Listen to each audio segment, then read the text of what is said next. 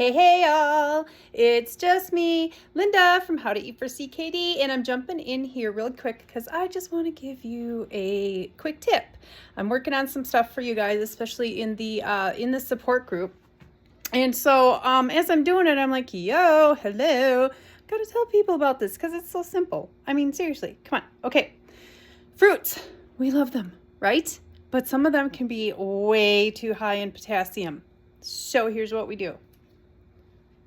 Look for canned. Look for these amazing little to-goes. Yep, less potassium. Or jam it up, baby. Yes, many times, especially like when you're making a baked good. If you can't make the nutrition work because of that potassium and those fresh fruits, which of course we all love, or even the frozen ones can be too high too, go for jam. Yeah, go for the jam, baby. It will bring you all the flavor, right?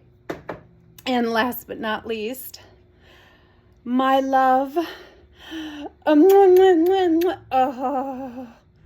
I love guava paste. I'm telling you what, I can slather this all over my body, pretend I'm a cat, and just lick myself all day. I'm telling you what.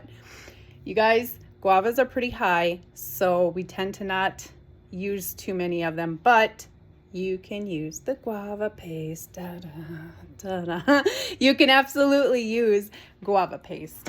So try some of those little options here that I've shown you the next time you're maybe doing a baked good or something like that, and you can't get the fruits to work, right?